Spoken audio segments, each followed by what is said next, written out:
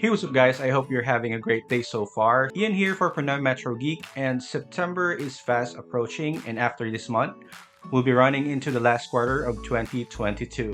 So that means there will be a plenty of releases, and speaking of releases, Vivo is dropping products one after another.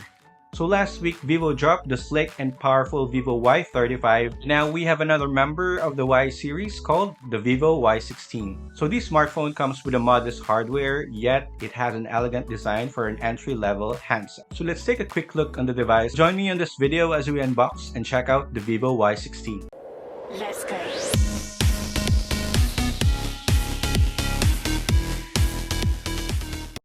The vivo Y16 did not deviate from the white packaging that we've seen in the previous iterations of this series.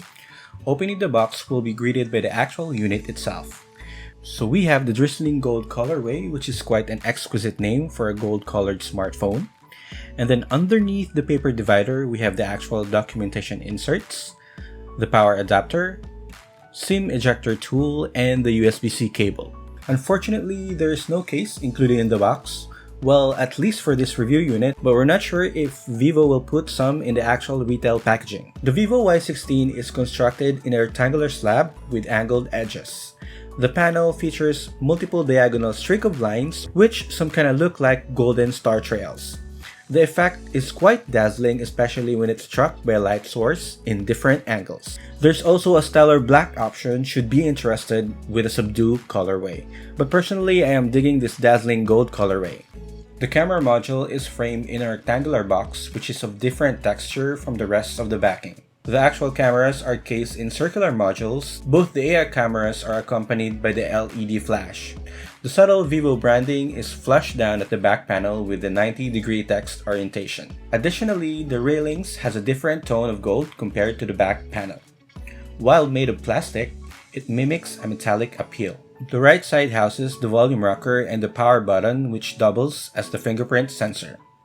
The bottom side has its actual residence, the USB-C port, the microphone, speaker grill, and the 3.5mm audio jack. Lastly, the top side has a SIM tray with dedicated slots for 2 SIMs and a micro SD card. Overall, the vivo Y16's design works well for me. It looks good compared to its contemporaries, so you'd never say that this is an entry-level device by just looking at it. It's a good thing that the back panel handles fingerprints very well except the camera lens. Other than that, this design is great for an entry-level smartphone. So the front panel is defined by 6.51-inch HD LCD display, and if you notice, it has a water drop notch, just like what we have in the previous Y series smartphones from Vivo. The screen also has an IPS display, so sharing videos or watching contents with your friends and family is such a good idea in this smartphone. Under the hood, the vivo Y16 packs the MediaTek Helio P35 SoC. This chipset is quite aging but is still proven to be efficient in this segment. It is complemented with 4 gigs of RAM plus 1 gig extended RAM and up to 128 gigs of storage. In terms of optics, the smartphone packs a dual camera with 13MP f2.2 as primary sensor and a 2MP f2.4 as the secondary sensor. Meanwhile, there's a 5MP f2.2 front camera for social media selfies. Our initial shots suggest that photos have decent camera capabilities, especially in daylight. Pictures offer a good amount of contrast in details by default. Although it may lack in the dynamic range area, it still shows a strong initial performance in terms of the camera. I'd be glad to test more of these for our review.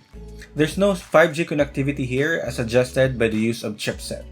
Moreover, you can connect your wireless headphones and other accessories through Bluetooth 5.0. One of the marquee features of the handset is the 5000 mAh battery, and users can also take advantage of the 18-watt fast charging. I'm also looking forward to test the battery life in our review. Lastly, running the whole show is the FunTouch OS 12. I'm quite relieved that the OS is based on Android 12, which could technically add more features and decent performance in the mix. The vivo Y16 is a very promising entry-level smartphone. I instantly love the flashy design and the capable cameras. A good storage offering of up to 128 gigs and 5000 mAh battery are among the notable ones. I'd like to do more gaming in this phone and see if I can take advantage of the big battery capacity. All of that in the review, so stay tuned, geeks. We are now approaching 4K subscribers in this channel. It may be a small gesture for you, but it would be a great help for us if you subscribe to this channel. So if you're already a subscriber and if you're just trying to hit that subscribe button now, thank you very much. So that's it for me, geeks, and thank you very much for watching this video, and as always, I'll see you in the next one. Bye!